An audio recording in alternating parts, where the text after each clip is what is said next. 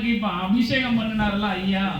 ஆமா, பாலால அபிஷேகம், பன்னீரால அபிஷேகம், இளநீரால அபிஷேகம், சந்தனத்தால அபிஷேகம், பஞ்சாமிர்த அபிஷேகம் எல்லாம் பண்ணார்ல.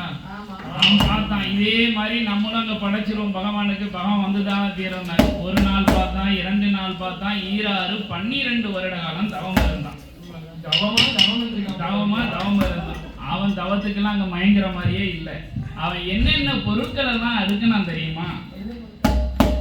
அவன் 6 கால வீடம் போட்டா,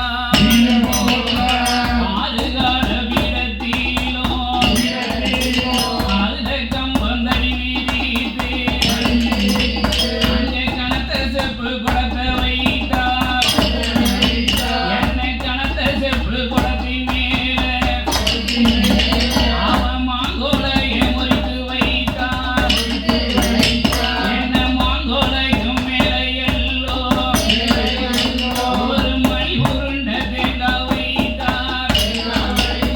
அவன் மணி உருண்ட தேங்காய் மேல பாவி மணி உருண்ட தேங்காய் மேல அவன் மஞ்சள் கோலை ஒன்று வைத்தா. அடுக்கலாம், பொருளா அடுக்கலாம். இப்ப நம்ம கோயிலுக்கு வரோம்னா அந்த காலத்துல அந்த ஒரு கோயிலுக்கு போறதுக்குன்னே ஒரு பூ கூடன்னு வச்சிருப்பாங்க. ஆமா, அதுல தேங்காய், வெத்தலை, பாக்கு, பழம், பத்தி எல்லாம் வாங்கிட்டு வருவாங்க. இப்பெல்லாம் எதுவுமே கிடையாது. எந்தெந்த கோயிலுக்கு போறோமோ 5 ரூபாய் கொடுத்தா அவரே நினைச்சு வச்சிருப்பாரு, வாங்கி கொடுத்துட வேண்டியதான். இப்ப அதை விட இன்னும் சிம்பிளான வேலை இருக்கு. போற வழியில வீட்டுக்காரத்தனம் சொல்றது எல்லாமே. அந்த போகும்போது அந்த வால்மார்ட்ல 2 பழத்தை எடுத்துட்டு வாங்க கோயில் போகணும். ஆமா, இவங்க டெய்லி காலையில போயிருப்பாங்க, ஃப்ரூட்டிக்கான போவாங்க, சூப்பர் ஸ்டோர் போவாங்க, வாங்கிட்டு வர மாட்டாங்க. வீட்டுக்காரத்துக்கு போற வழியில எடுத்துட்டு வாங்க அப்படிங்குது. எவ்வாவி மஞ்ச கோல மேல எல்லோ அவன் எழுதி செங்கனிய வைத்தான். எழுதி செங்கனிக்கு மேல ஒரு இனிய கொட்ட பாக்கும் வைத்தான். அந்த இனிய கொட்ட பாக்கும் மேல ஒரு குண்டு மணி பருப்பு வைத்தான். அந்த குண்டு மணி பருப்பு மேல அவன் கொத்தமல்லி இதழ வைத்தான். அந்த கொத்தமல்லி இதழு மேல ஒரு கொட்டை பாக்கு ஒண்ணு வைத்தான். அந்த கொட்டை பாக்கு மேல எல்லோ ஒரு கோழி முட்டை ஒண்ணு வைத்தான். அந்த கோழி முட்டை மேல எல்லோ கோழி முட்டை மேல எல்லோ ஒரு குண்டூசிய நட்டுவானா.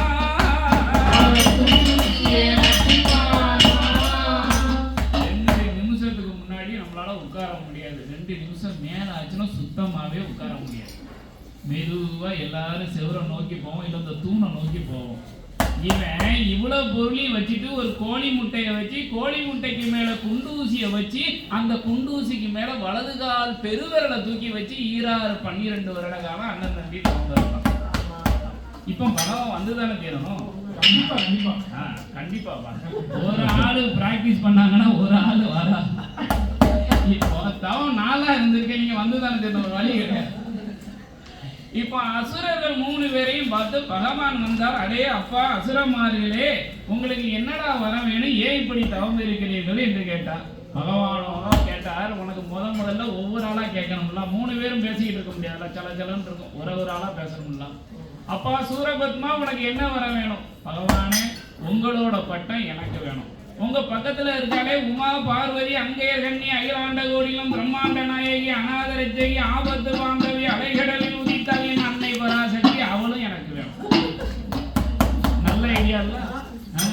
இருக்க இடம் கொடுத்தா படுக்க பாய் கேட்கறது, உட்காரக்கு தான் இடம் கொடுப்போம். மெதுவா அந்த வீட்டையே ஆக்குப்பை பண்ணிடுவோம். ஆமா. அடுத்தால கேட்டாரு, தாரகாசுரா உனக்கு என்ன வேணும்? பகவானே உங்க கையில இருக்குல்ல பாது பராசுரா, அது எனக்கு வேணும்னு.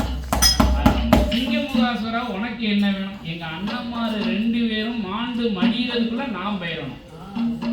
தம்பினா அப்படி இருக்கணும்ல. அங்க எத்தனை தம்பி நான் கூட வச்சுக்கிட்டு இருக்கேன். 6 மணிக்கு வாங்கினா ஐயா எப்ப முடிப்பாரு, மெதுவா 6:20 வந்தாங்க போறாரு. ஆமா 3 பேருக்கு கேட்ட வரத்தை கொடுத்தவன வரத்தை வாங்கி கொண்டு இந்த 3 பேரும் சேர்ந்து தேவர்களையும் மூவர்களையும் கொடுமைப்படுத்துகிறார்கள். எப்படி கொடுமைப்படுத்துகிறார் தெரியுமா? செத்த மாட்ட சுமக்க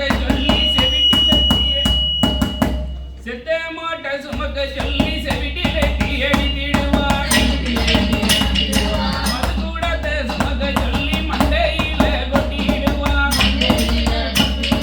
தவம் இருக்கும் முனிவர்களே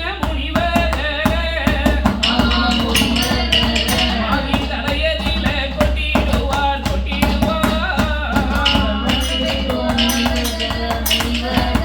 ஆமா முனிவர்களே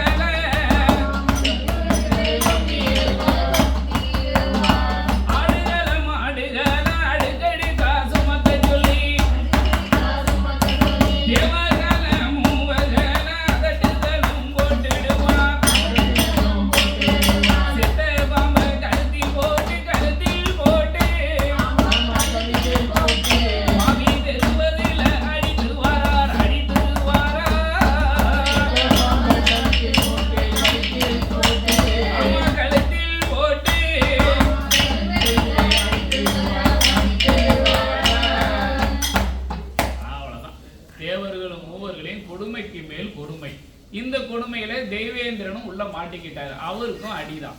ஆமா அடின்னு வந்ததுக்கு அப்புறம் தெய்வேந்திரன் என்னன்னா அந்த தேவரா இருந்தானே யாரா இருந்தாலும் அடிதான். அடிபொடி சண்டையில நல்ல டெய்லி வாங்கினாங்க. வழி பொறுக்க முடியல. பகவானிடம் போய் முறையிட்டார்கள். பகவானை இவனுக்கு ஒரு வரத்தை கொடுத்துட்டீங்க, இவன் டெய்லி போட்டு எங்களை அடிக்கான், அடி பொறுக்க முடியல, அந்த வரத்தை கொடுத்தவன நீங்க தான் என்னன்னு கேட்கறோம்னாரு. ஆமா இவன் 3 பேரும் சும்மா இருப்பானா? 3 பேரும் வரத்தை வாங்கினது மட்டும் இல்லாம நிக்க முடியல, நில கொண்டு இருக்க முடியல. ஆமா 3 பேரும் சேர்ந்து கொடுமைப்படுத்திக்கிட்டு இருக்காங்கல்ல. உடனே பகவான் பார்த்தாரு. வீரபாகுவை போய் அப்பா வீரபாகு இந்த 3 பேர்கிட்ட போய் சொல்லிட்டு வா, இந்த சேட்டைக்கெல்லாம் பண்ணாதீங்கன்னு சொல்லிட்டு வான்னாரு. ஆமா ஆமா பாத்தீங்கல்ல, சும்மா வரும்போதே அம்மான்னு வந்துடலாம். வீரபாகிட்ட போய் சொல்லிட்டு வான்னு சொன்னா வீரபாகிட்ட போய் சொல்ல போனாரு. வீரபாகுவோ போய் சொல்லும் போது அவங்க கேட்கிற மாதிரியே கொஞ்சம் கூட ஐடியா இல்லை, எண்ணமே இல்லை. வீரபாகு திரும்ப பகவான்கிட்ட வந்து சொன்னாரு. ஆண்டவன் சொல்றதே கேட்க மாட்டேங்கான. பகவானுக்கு ஆங்காரம் பொறுக்க முடியவில்லை. பகவானுடைய நெத்தியில இருந்து 6 தீ பிளம்பாக பிறந்தது. 6 குழந்தையா உருவான. கார்த்திகை பெண்களை கூப்பிட்டு வளர்க்க சொன்னார். அவர் பகவான் பிறந்தது எந்த நட்சத்திரத்துல எப்படி பிறந்தார் தெரியுமா?